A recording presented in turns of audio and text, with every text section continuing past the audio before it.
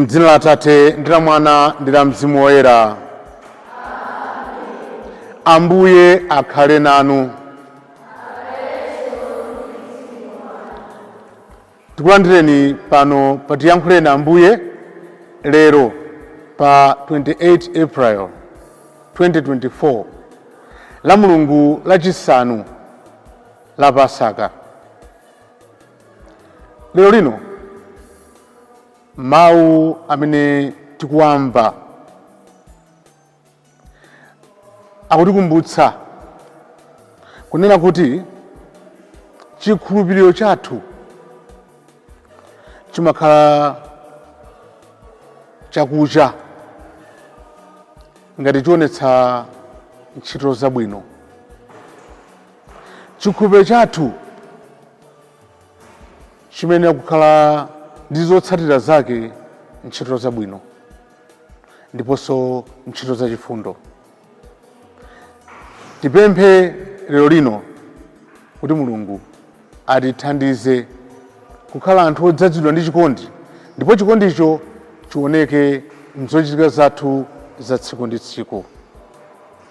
Mawu oyamba akuchokera m'buku la ntchito za atumwi mutu 9 ndime ya 26 kulekeza 31.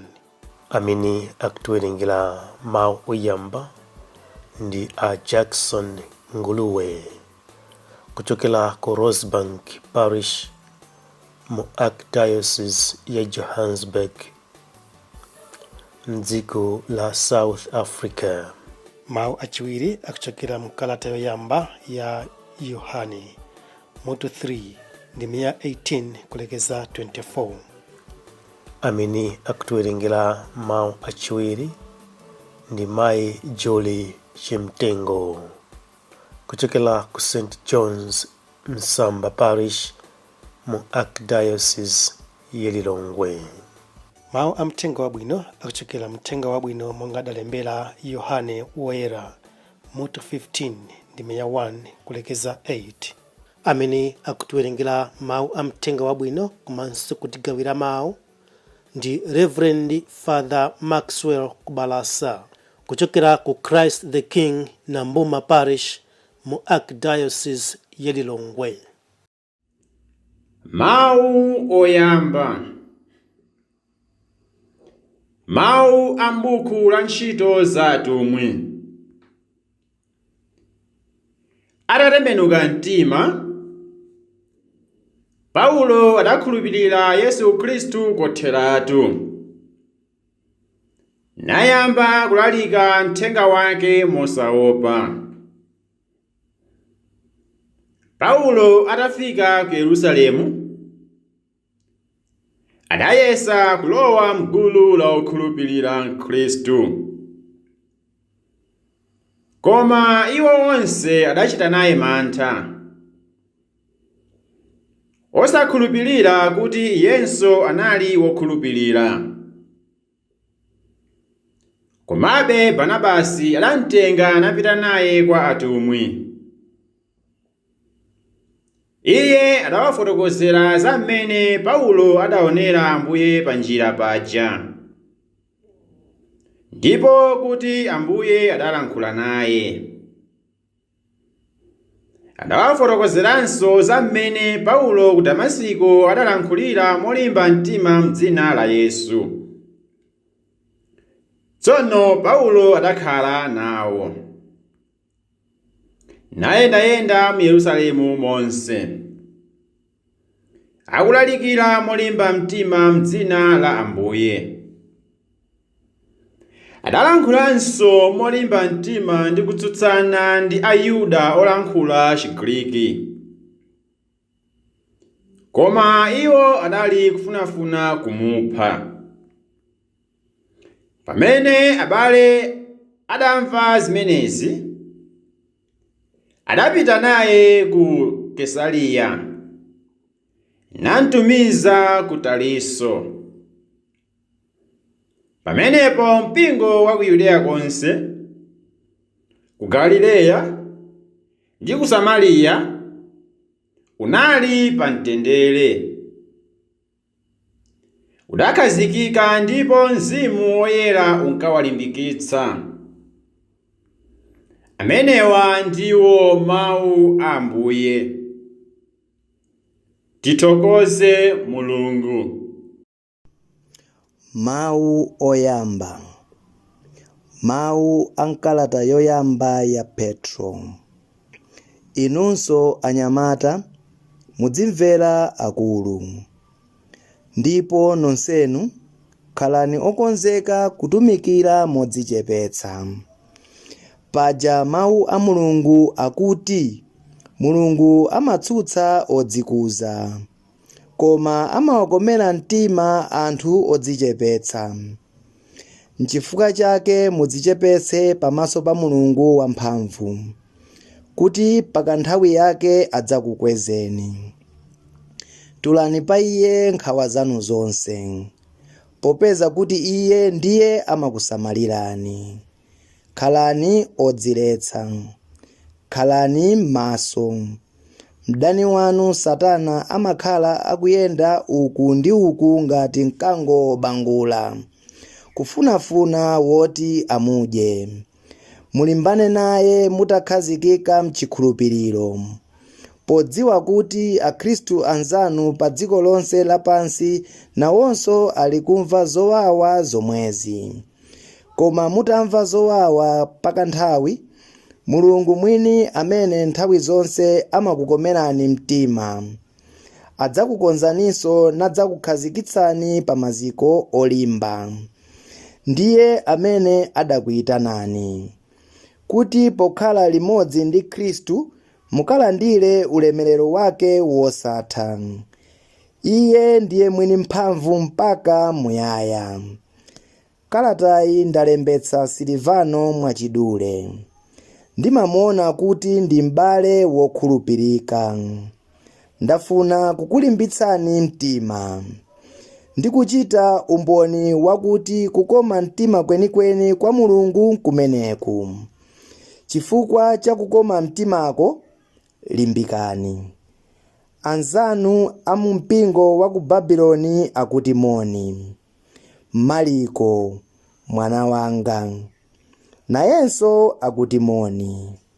Mupatsane moni mwachikondi. Mtendere ukhale ndinu nonse amene muli ake a Khristu. Mawu a Ambuye. Tithokoze Mulungu.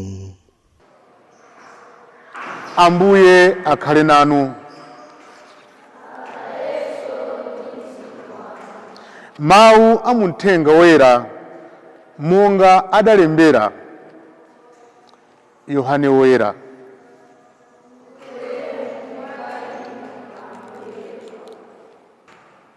Masiku amenewo Yesu adati kwa ophunzira ake, ine ndine mpesa weniweni, ndipo Atate anga ndi mlimi. Iwo amadula nthambi iliyonse mwa ine imene sibala zipatso, ndipo nthambi iliyonse yobala zipatso amayitengulira kuti ibale zipatso zambiri koposa kale. Inu mwayera kale chifukwa cha mawu amene ndakuwuzani. Khalani mwa ine, ndipo inenso ndidzakhala mwa inu. Nthambi singathe kubala zipatso pa yokha ngati sikhala pa mtengo wake. Momwemonso inu ngati simukhala mwa ine. Ine ndine mpesa, inu ndinu nthambi. Munthu wokhala mwa ine ndi inenso mwa iye amabereka zipatso zambiri. Pajatu popanda ine simungathe kuchita kanthu. Ngati munthu sakhala mwa ine, amanditaya kunja monga nthambi yodulidwa, ndipo amauma. Nthambi zotere amazitola naziponya pa moto ndipo zimapsa. Ngati mukhala mwa ine ndipo mawu anga akhala mwa inu, mupemphe chilichonse chimene mungachifune ndipo mudzachilandiradi. Atate anga amalemekezedwa pamene mupereka zipatso zambiri, ndipo pakutero mumaonetsa kuti ndinu ophunzira anga enieni. Mthenga wa Ambuye.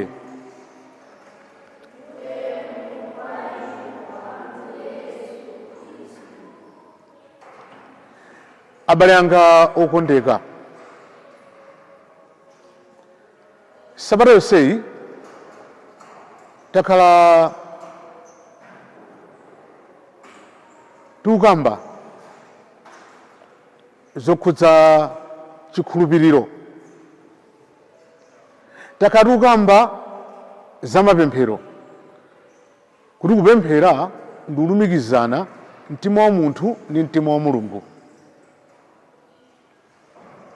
Ndipo takhala tikukamba zonena kuti tisachite mantha, tikhulupirire Mulungu komanso tikhulupirire Yesu Khristu.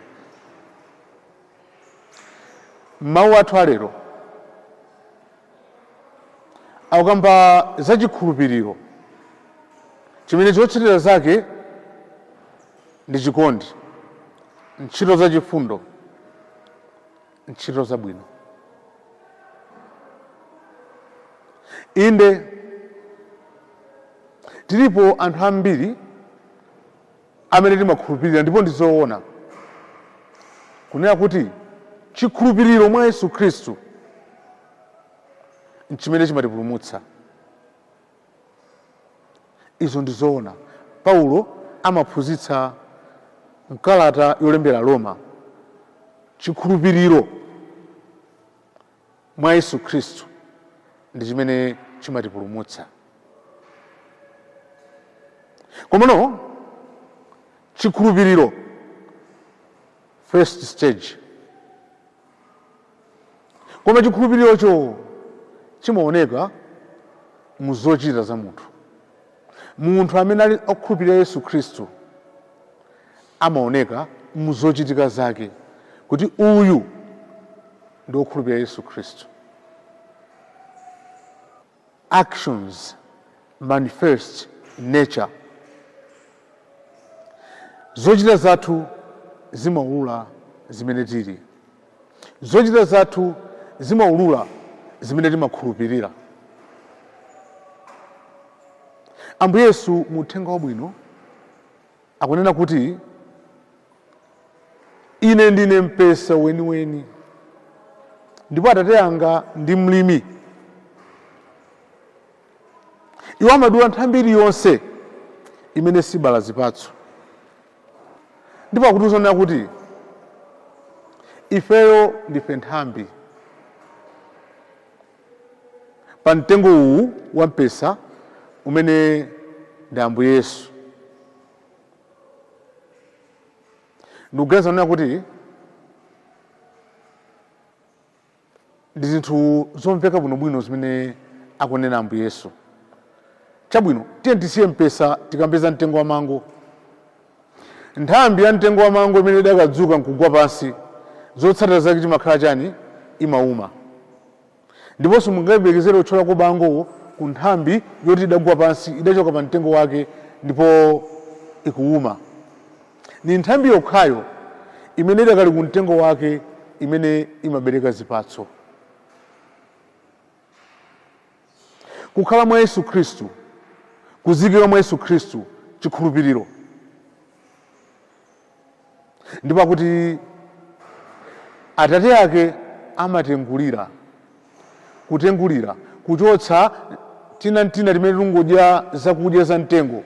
Nchenga chonena kuti zakudya za mu mtengomo zilowe koyenerera ndipo zibereke zipatso zoyenerera. Tikambe pawiri: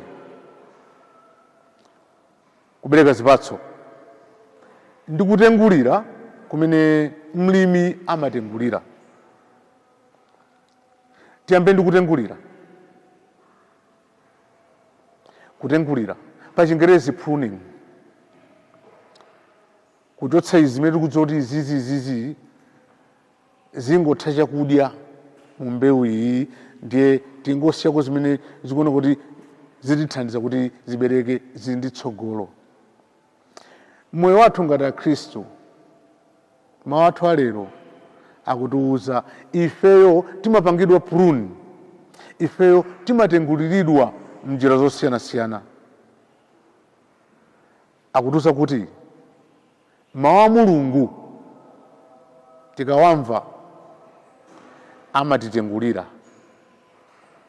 Tikamva mawu a Mulungu nkuyamba kudzitsutsa pa khalidwe lake limene tili, tikutenguliridwa ndi mawu a Mulunguwo, ndipo kuti tikawavomera mawu a Mulunguwo ndi kutsata zimene akunena tatenguliridwa, tili mwayi woti tingathe zipatso zabwino m'moyo mwathu. Nthawi zambiri timamva mawu a Mulungu mopanda chidwi, ndipo mawuwa satitengulira, satipindulira. Ngati dziko lapansi likuyipa kwambiri ndi anthu amene amadzitcha Akhristu, amapita ku tchalichi tsiku lilonse, koma mawu a Mulungu sagwira ntchito mwa iwo, akuuma, adzangoyenera kudulidwa ndi kukayatsidwa. Kumva mawu a Mulungu mwatcheru ndi kumasinkhasinkha mozama mu mtima mwako, ndikumapemphera kuti mtima wako ulumikizane ndi mtima wa Mulungu, zotsatira zake moyo wako umasintha. Ndipo moyo wako ukamasintha kuti chikhulupiriro chako chikuzama mwa Mulungu, ngakhale anthu ena okuzungulira amaona ndithu kunena kuti akuluwa Mulungu adawakhudza mu mtima, adatenguliridwa, adapangidwa prune, ndipo zipatso zake zikuoneka. Nthawi zina zake tu tingatotenguliridwanso mwa njira iyi. Nthawi zina zake timapanga zinthu zina zake kuoneka kunjaku kuoneka ngati zabwino, komano motive yathu ili yolakwika. Mwachitsanzo, ufuna ukayimira nawo chisankho ndikakhale MP, pokamba nkumakamba zoti ndifuna ndithandize anthu kuti miyoyo yawo itukuke, koma ndikalowa nkuyiwala ndikutenga motive imene ndali nayo ineyo, ndafuna kuti ndizisamale ndizipezetse ndalama, njira yophweka yopezera ndalama. Ndiye Mulungu ali njira zake, amatipanga prune. Tingathoyimira mwina nkupambana poyamba, kenaka nkukadapo kuti anthu aja atikonda aja atiponya kutali uko. Ni nthawi yonena kuti mudziunike bwinobwino, mwina Mulungu akuthandizana kupangani prune ma motivations anu kuti mukonze bwinobwino, mukhale ndi ma right motivations. Kubereka zipatso mbali ina, chikhulupiriro ndili nacho inde nchimenecho, ndimapita kutchalichi kukapemphera tsiku ndi tsiku, koma chikhulupiriro chenicheni choona chochokera mwa Mulungu, zotsatira zake imakhala charity. Zotsatira zake zimakhala zimene akuluza mawu achiwiri, ntchito zachikondi. Ine munthu mmodzi amene tamuwerenga mawu ena sabata yapitayi, Barnabas mntchito za atumwi, tinamva kuti Barnabas anali munthu wokhulupirira, munthu wachilungamo, munthu wodzazidwa ndi Mzimu Woyera. Zotsatira zake zinali chani? Anthu amakopeka naye. Zotsatira zake zinali chani? Barnabas anali munthu amene amazitsata ntchito za Mulungu, amazitsatira bwinobwino. Paulo atatembenuka mtima, Barnabas anazitsata, Paulo watembenuka mtima, ndipo adamulondolapo ku Tarsus. Lero mawu oyamba akutiuza nena kuti atafika ku Yerusalemu nkumuona kuti Paulo ali mgulu la okhulupirira ambiri ku Yerusalemu adachita mantha. Amamudziwa kuti ndi munthu amene amapita kumakagwira iwowo, kumazunzitsa ena kuphedwa kumene. Ndiye timukhulupirira bwanji mkulu yuyu? Koma Barnabasi amene amazitsata, Barnabasi amene adapita kumlonda wa Paulo nkukamuona. Barnabasi